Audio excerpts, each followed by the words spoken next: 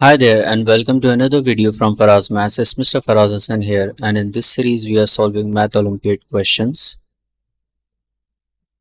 So I have got a fascinating math challenge for you today. This problem tripped up many students in their entrance exam, but don't worry, I have got you covered. In this video I will break down the solution step by step. First thing first, we need to move all the values and variables from the right side to the left. So let's start by shifting this 12 to the left side. So if you shift this 12 to the left side, it will become x square minus x cube minus 12 equals 0. We prefer to arrange our terms in a specific order.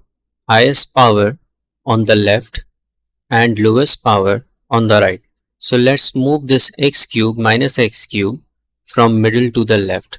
It doesn't matter if we have minus x cube, then there is positive x square right there. So it is plus x square minus 12 equals to 0. So we don't need this minus sign in the beginning. So we multiply minus 1 on both sides. Multiplying minus 1 on both sides.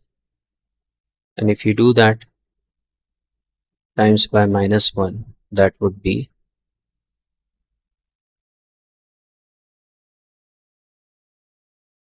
plus x cube minus x square plus 12 equals to 0. Here we have our cubic equation. Now let's explore the various methods and approaches to solve it.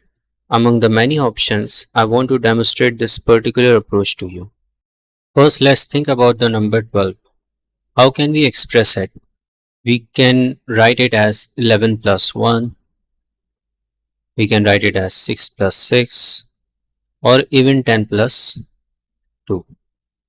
But the most important way for us is 8 plus 4. Now you might wonder why. Well, here's the reason. 8 is 2 cube. So 8 is 2 cube and 4 is 2 square. So this is crucial because we can now express 12 as a combination of a cube and a square. So instead of 12, we will write it as 8 plus 4. This allows us to rearrange and simplify our equation. Now take a look what we have now. It is x cube minus x square plus 8 plus 4 equals to 0. And now you can simply write it as x cube minus x square plus 8, you can write plus 2 cube, and plus 4 means 2 square equals 0. Now we have to group the cube terms, which means x cube plus 2 cube, and then square terms minus x square plus 2 square. After grouping them, we will use this formula, which is a cube plus b cube equals to parentheses a plus b and then parentheses a square minus ab plus b square. So now if you implement this formula on x cube plus 2 cube, this will become x plus 2 close brackets and then x square minus 2x plus 4 close a bracket, and then there is a negative sign.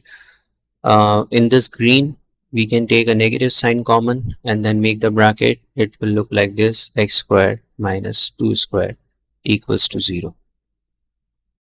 Now here we will use a square minus b square, which is equals to a minus b in the brackets and then a plus b. So then we can rewrite it as x plus 2 x square minus 2x plus 4 and then minus, in the bracket we have x minus 2 and x plus 2 equals to 0. Now if you look at closely, if you take x plus 2 and x plus 2 as common, so this will look like this: x plus 2 in the bracket. Now we have x square minus 2x plus 4 and then minus x, multiply this negative sign with x, and then minus times minus is plus 2 and close the brackets equals to 0. So x plus 2 and then we have x squared minus 3x plus 6 equals to 0. Minus 2x minus x is minus 3x, plus 4 plus 2 is plus 6.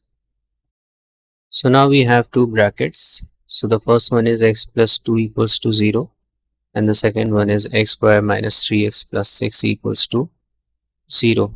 So from the first one we have the value x is equals to negative 2, and from this one if we calculate the discriminant of it, so if we calculate the discriminant of it, 9 minus 24, that is going to be negative 15, which is less than 0. So we have two complex root. So let's write our answer right here. X is equals to minus 2 and x 2, 3. Those are the complex roots. Alright, here is our solution to this challenging problem. Many students struggle with this in their entrance exams, but don't worry, I have got you covered. Follow along with my steps and feel free to pause the video to try solving it yourself. This is an excellent training exercise because it helps us revisit important concepts like the cubic formula, quadratic formula, interesting approaches, grouping elements, and evaluation techniques.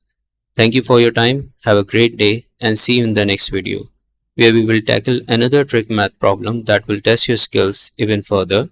And here's a hint, the next problem involves a concept that even seasoned mathematicians find perplexing.